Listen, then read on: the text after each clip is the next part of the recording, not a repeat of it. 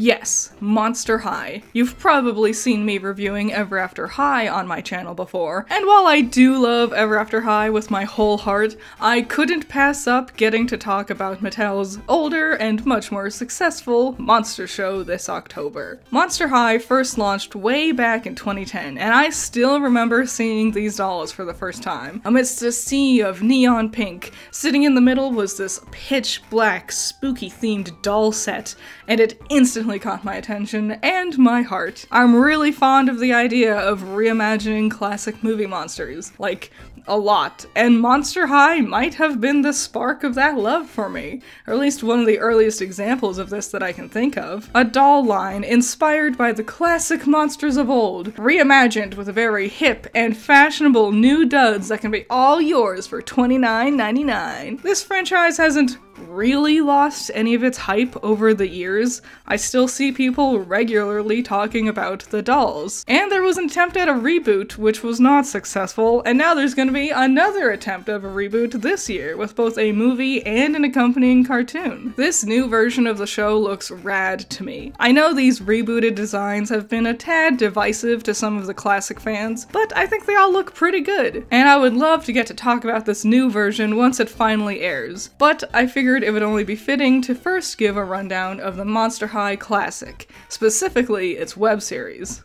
It's not every day you turn 1600. Time to plan a party. Most people I see only discuss the dolls, but I've never really been much of a doll collector kind of person. I do have one Monster High doll though, it's Mercedes. I love her. No, I've always had much more passion for the cartoons used to help sell the toys, but rather than air full 15-minute long episodes on TV, Mattel spearheaded a new concept that kept things shorter and easier to pump out. Webisodes, airing both on their official website, which is still around, and on their YouTube channel. And I feel like they also aired like during commercial breaks on TV sometimes, but I don't know for sure. That might just be a false memory of mine.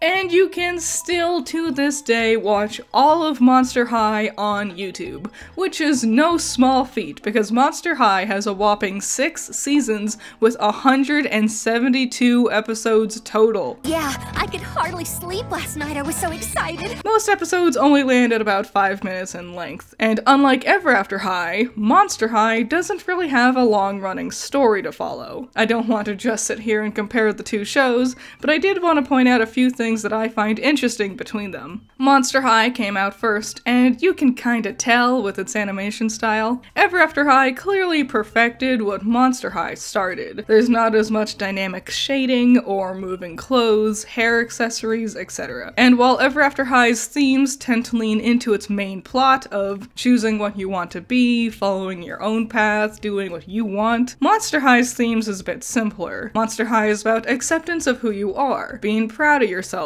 and not seeing those things that make you different than those around you as flaws, but instead a part of what makes you uniquely perfect in your own right. A great concept to accompany a show about monster girls, I'd say, and the show goes all out with introducing a ton of monsters to help supplement that mentality. The majority of Monster High's episodes, especially from season 3 onward, is mostly just to introduce new characters, which in turn becomes new dolls to sell. Rather than follow an ongoing plot, each episode is more of a small introduction or a vignette to play with the new characters or give new outfits to the characters, which isn't bad. It definitely helps to expand the world of Monster High and allow them to introduce a ton of characters from a ton of different backgrounds. It's pretty easy to find a character that you can relate to. They have characters from Australia, Scotland, Ireland, France, China, Japan, Mexico, Britain, and they're all monsters inspired by classic concepts from those regions and many, many more. Looking into the history behind the different monsters is a big part of the fun for me whenever a new episode released. While I didn't expect to follow any sort of story thread, those were always saved for their many movies, I was still eager to learn something new about a monster's lore or the culture surrounding them. But I think it's time to get into a bit of specifics when it comes to the show itself, and the main characters, because even though Monster High doesn't follow an overarching plot, we do have a core cast of protagonists. Our main character, or at least the one who is the center point of most of the conflicts, is Frankie Stein, daughter of Frankenstein's monster. Yo, high-powered hottie. Who, me? She's cute, energetic, and big into trying new things, which helps to push the simpler plotlines forward. One of my favorite things about her character is the fact that she likes to read cheesy teen-style magazines and tends to take everything that they say to heart. And as I wrote this script, I realized she probably won't have that character trait in the new reboot, because I don't think teens really read magazines like that anymore. Maybe she'll be really into Tumblr or something, I don't know, whatever the kids do these days. A lot of Frankie's episodes focus on her being the ambassador to meet new characters. Her big thing is knowing what it's like to be the new ghoul in school, since technically when she first attended Monster High, she was only 16 days old, because, you know, the reanimation process and whatnot. Frankie also goes through a surprising amount of relationship drama for her episodes, from her flirting with Jackson and Holt, flirting with Nathan, etc. But what I always liked more was Frankie's regular problems with creating new life. Most famously, she brought Hoodoo to life in an attempt to make it look like she had a boyfriend, accidentally giving him sentience. They don't talk about it much in the show itself, but I like the idea of Hoodoo and Frankie essentially being siblings in a very weird way, but arguably the true main character, and the much more popular one, is Frankie's best friend, Draculara. This chick. Never works. Sometimes being a vampire really sucks. I can't say I blame anyone for loving Draculara. She is immensely iconic. The black and pink, those pigtails, everything about her is so cute and memorable. She also gets the most interesting plotlines, in my opinion. She's dating a werewolf, Claude, and that leads to an interesting special about racism. And I'm not kidding, they do a Twilight where the werewolves and the vampires start fighting each other, with Draculara and Claude caught in the crossfire with their respective cultures. Very Romeo and Juliet, I'd say. One of the plotlines that always stuck out to me was Draculara helping Iris and Manny with their relationship problems. There wasn't anything especially unique about their story. Moreover, I was amazed that the show actually decided to take two background characters and move them into the spotlight. Yeah, these two had previously only existed as random background characters who might show up every now and then, and over time, they actually became fleshed out and even got their own dolls, and that's kinda cool. Due to her popularity, Draculara also has the most amount of new outfits for her dolls. The writers play around with her vampirism the most out of the different monster types too. Claudine, a werewolf, also has become a fan favorite, even more so in recent years, with the creators hinting at the idea of Claudine being a lesbian, which is fun. Sadly, it never really got explored in the old webisodes. LGBTQIA+ representation wasn't really a thing back then, but nowadays, with shows like Owl House, My Little Pony, Steven Universe, and lots more, hopefully that means this new iteration of Claudine can expand on this idea. Claudine tends to be the most sporty of the ghouls. She's also the most competitive and tends to get into conflicts a lot, usually with her family. She seems to naturally have the most obstacles to overcome due to her go-get-'em personality, and her episodes were always some of my favorites. Oh, wow, really? Boring. Cleo, daughter of the mummy, is the brat of the group, and actually the main antagonist for a short while there too. While Claudine usually gets into conflicts because of her strong sense of morality, Cleo gets into conflicts because she has the tendency to try to fudge the rules to get what she wants. She's a bit nasty at times, but as the series progresses, she becomes much more caring and empathetic. The entire second season focuses heavily on her and her older sister, who's always trying to show her up. Cleo uses a lot of, like, old magic potions and trinkets and whatnot to be a magical excuse for wacky plotlines to happen. Lots of times when there's a problem, it's usually Cleo who pulls out a special ancient MacGuffin to save the day, or that MacGuffin caused the problem in the first place. Without a doubt though, my favorite has always been Cleo's best friend, Ghoulia. Ghoulia's a zombie, and initially for the show, zombies didn't really talk. Instead, they had their own language consisting of moans, and I think that's the reason why Ghoulia got cut out of the first attempted reboot, which was very sad, and I miss her. Ghoulia acts as the smart, techie one of the main group, so wherever Cleo can't magically fix the day, Ghoulia is usually there to scientifically do so. Initially, she was just Cleo's lackey, trailing around behind Cleo and doing whatever Cleo said. However, as the show show progressed and the characters developed further, Gulia became more and more of her own person, and she easily stars in all of my favorite episodes. Yo, the zombie shake is and always will be dope as hell. The last of the initial main ghouls is Laguna, a saltwater sea monster who, Wanna help me flog some drongos at Monster Payday? Listen, I love Laura Bailey. She's one of the best voice actresses ever, but this Australian accent is just, it's not the best, alright? It's a well-meaning attempt. Laguna weirdly gets sidelined a lot of the time. She does very little and features way less often compared to the other main ghouls. Her plotlines usually always centers around her relationship with Gil. The two have a somewhat similar idea as Draculara and Claude does, where their parents don't approve of them dating because she's saltwater and he's freshwater. It's a neat concept, but they never really get to do anything with it. Instead, the most the two end up doing is this constant on-again, off-again thing, where something arbitrary will happen, or a misunderstanding, and then they'll break up, and then they're back together. It's rather repetitive, and I don't know why Laguna gets ignored like this. Initially, she was presented as the sporty one of the team too, but Claudine quickly filled that role, and Laguna got left behind. Starting as early as season 2, while the girls were busy with their fear-leading thing, Laguna just wasn't participating. Instead, they seemed to quietly try to replace her with another new character from the second season, Abby. Is mystery. Boys find me cold. Is no big whoop. Abby Abominable, daughter of the Abominable Snowman, is often considered the unofficial 7th member of the Ghoul Friends. She spends a lot of time with them and shows up regularly. And personally, I've always liked Abby way more than Laguna. Laguna's great, but come on! Abby is just so much more fun and funny. There is Monster Thistle. Finally! Jeez Louise. She makes me laugh the most out of the whole cast. But beyond these main ghouls, there are other commonly reoccurring cast members. I've already mentioned Claude and Gil, two of the resident mansters of the show, but there's also Deuce Gorgon, Cleo's boyfriend. There's Jackson Jekyll, who, if listening to music, turns into Holt Hyde. Spectra, who runs a news gossip site and has objectively one of the best designs, oh my god. Heath, who's usually the most prominent comic relief in the show. He's often the one to goof up something, and he's also my favorite character. What a surprise! The one voiced by Cam Clark is again one of my favorite characters. He can do no wrong! And finally there's Toralei. The first season of the show was sort of a proof of concept thing, and the writers clearly wanted to expand the idea of the characters a lot more. Most of the things we see in the first season get quietly ignored or retconned starting with season 2. And in that first season, Cleo was the villain of the cast, like I already mentioned. But they wanted her to be more integrated into the Ghoul Friends team for the show proper. So instead, a new villain needed to take her place, and that's where we get Toralei, the Werecat. Yes, Werecat, you heard me. The creators must have loved the Werecat thing, because there are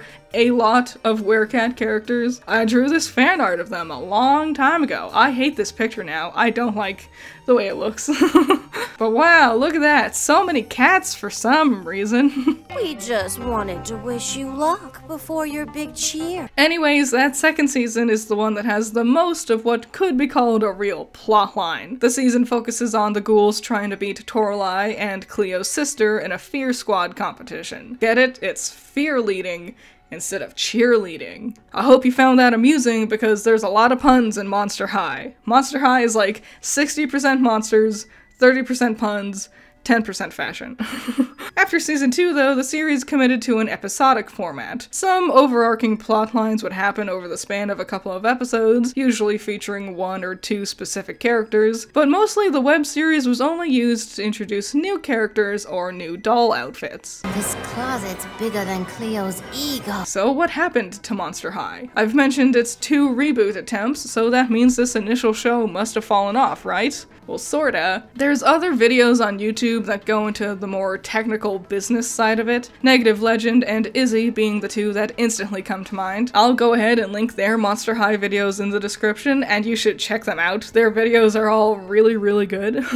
But long story short, It was the dolls. They just weren't selling, and the show only really existed to help sell the dolls. When the show started, they were releasing new episodes on a near weekly schedule year-round. We got Monster High content almost every week from May of 2010 all the way until around May of 2015. Nearly 5 years of consecutive weekly webisodes is no small feat. Of course, there were a few months off here or there, but that time was usually filled with the releases of their specials and movies. However, that following June, Monster High started their 6th season. Noticeably, their seasons had been getting fewer and fewer episodes starting after season 3, with season 4 having 28 episodes, then season 5 only having 14. In June, that fateful 6th season would only produce 6 measly episodes, and those episodes were sporadically released with seemingly no rhyme or reason. 2 released in June, then 1 in July, then 3 months later we would finally get the next 3 episodes in October. And by that point, I think we all sort of knew Monster High was calling it curtains there. It would be 2 years before we saw anything about Monster High again, and it was new episodes to accompany their first attempt at a reboot, officially putting the final nail in the coffin for the original series. Their doll sales had changed due to some ugly behind-the-scenes stuff with Mattel. Basically, the company was hemorrhaging, had to make cheaper dolls because of it, and that lack of quality reflected in their dwindling sales. And Mattel is first and foremost a company that sells dolls. If their dolls aren't selling, they sure as hell weren't going to care about keeping up their web series to accompany it. Mattel focused their attention on new projects that were keeping their company afloat. Notably, this, new thing that seems to be about, furry characters. Yeah. Yeah, I think I'll skip this one, Mattel. This one's not looking like it's really up my alley. Though, I'm starting to think I understand why there were so many cats before. But in all honesty, it wasn't just the decline in doll quality that killed off the show. Really, interest in Monster High was clearly waning in general. Airing their webisodes for free on YouTube might have been a good idea back in 2010, but with the introduction of streaming platforms, suddenly binging a whole series on your computer wasn't too unique to Monster High anymore. But I think what really did it in was the lack of a focused narrative. The insistence to push marketing for their dolls isn't terrible, but it does mean there's less and less for an audience to really get invested in. Especially because during this point in time, new shows were coming out that really changed the way children's entertainment was being made. My Little Pony, Adventure Time, Steven Universe, Star vs. the Forces of Evil. All these shows had overarching narratives. They tackled complex issues. Their characters would change and grow. Monster High's simplistic episodic narratives just couldn't hold up in comparison. The show was far more interested in introducing a bunch of new characters rather than developing any of their already established ones. The only place we would see our heroines really developing or tackling bigger plot lines was in their movies, which I don't blame a lot of people for not wanting to watch these. Their animation style is not great. I won't sugarcoat it. This is rather ugly, which is a shame because the plot lines in the movies I've seen have actually been pretty amazing. My favorite is Ghouls Rule. Terrible name, not gonna lie, but awesome plot. It's about Halloween, and the monsters are at odds with the humans, or as they call them, normies, because the humans are prejudiced and think the monsters will do bad things to them on Halloween, and Jackson, who's half monster, half human, is caught in the middle, and then at the end of the movie, the town gets worked into a frenzy, then attempts to publicly execute him. It's a trip. Oh my god, you should watch it. Back on topic, technically Monster High never officially ended. Their first attempt at a reboot happened quickly enough, but to very little success. Despite being animated amazingly, the fans were very outspoken about how much of a departure this was compared to the original. I didn't even actually get around to watching this movie, because I knew they completely rewrote the whole story, essentially dropping everything to go back to the beginning. But instead now it's a story about the ghouls themselves making Monster High? It's very, very different from what the fans were used to, and to make matters worse, their dolls weren't even very good. Their fashion choices for the second movie were just bad. It did come with an accompanying new web series, this time around featuring episodes that all are 11 minutes long, nearly doubling the runtime of the classic episodes. The animation changed to utilize 3D models, and it's about the ghouls going around and finding new monsters to invite to Monster High. It's cute enough, though the animation is a little meh at times, especially their mouth movements. Also, definitely the worst Monster High opening, which is shocking because Monster High has always had consistently excellent openings prior to Ghoul Squad. These are my boys, my skeleton crew, a little strange, but so are you. Hey, monsters, monsters, monsters, come with us to our school. But hey, Laguna is voiced by an actually Australian woman now, so that's neat. I'm Laguna. That's Claudine. We're here to tell you about a place where everybody's welcome. Overall, the Ghoul Squad episodes are just okay. They bring back a couple of classic characters, but they also change some characters, like replacing Claudine's older brother and little sister into a pack of younger brothers who are all the same and are also annoying. And they make some new original characters, which are fine, but the whole thing really lacks heart. And a lot of the returning characters didn't get redesigns at all, so like Gil is just walking around on an island in the middle of nowhere, but he's also already wearing the classic Monster High varsity jacket. That just feels lazy. Ghoul Squad only lasted 14 episodes, starting in August of 2017 and ending in February of 2018, which is where we fast forward to where we find ourselves now, 2022. For 4 years, there's been murmurings of Monster High getting another attempt at life, and we're finally gonna get it with this third attempt. There's going to be a live-action movie, which I have shockingly low expectations for, but overall, I'm gonna be hopeful.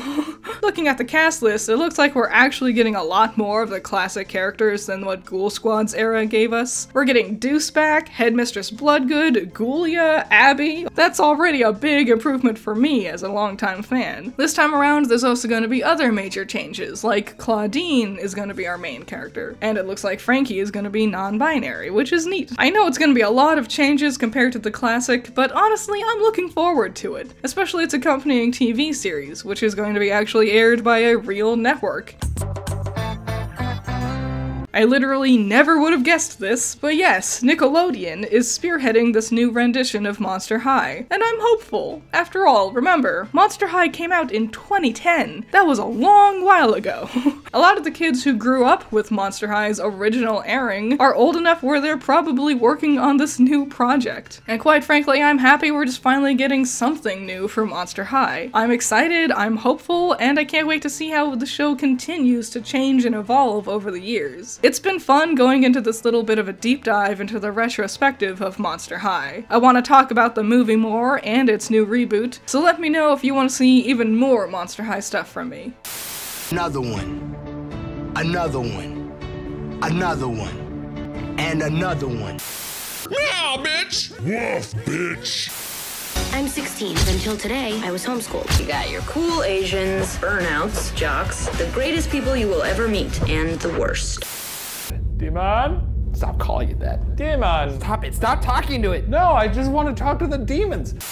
Shout out to my $10 patrons. You're all amazing. Nako, James Dodds, Cool Duck, Andrew, Ramiel, Valhalla Knight, Chamomile, Classy Critic, Sunny Shy, Azoth, Great Bar, Pentamenta, Jake, Amber, Hype Man, Zero to Hero, Keithan, Isaiah, Joseph, Scaring Crows, Danny Boy, Messiah Complex, Jacob, Varus O, and Zach. Do you all like Monster High too? Are you all excited for this new reboot? I'm the most like on the rocks when it comes to Laguna's new design. I'm not sure about the pink skin, but it's not terrible. What do you all think? Are you excited for this new reboot? What do you think of the classic Monster High, you know, the old webisodes? Did you ever watch them? Am I right? Did they air, like, during commercial breaks on some network somewhere? I feel like I swear I saw something like that. Any thoughts and comments, leave them down in the comments below. I'd love to see them, and I hope I'll see you in the next one. Bye-bye.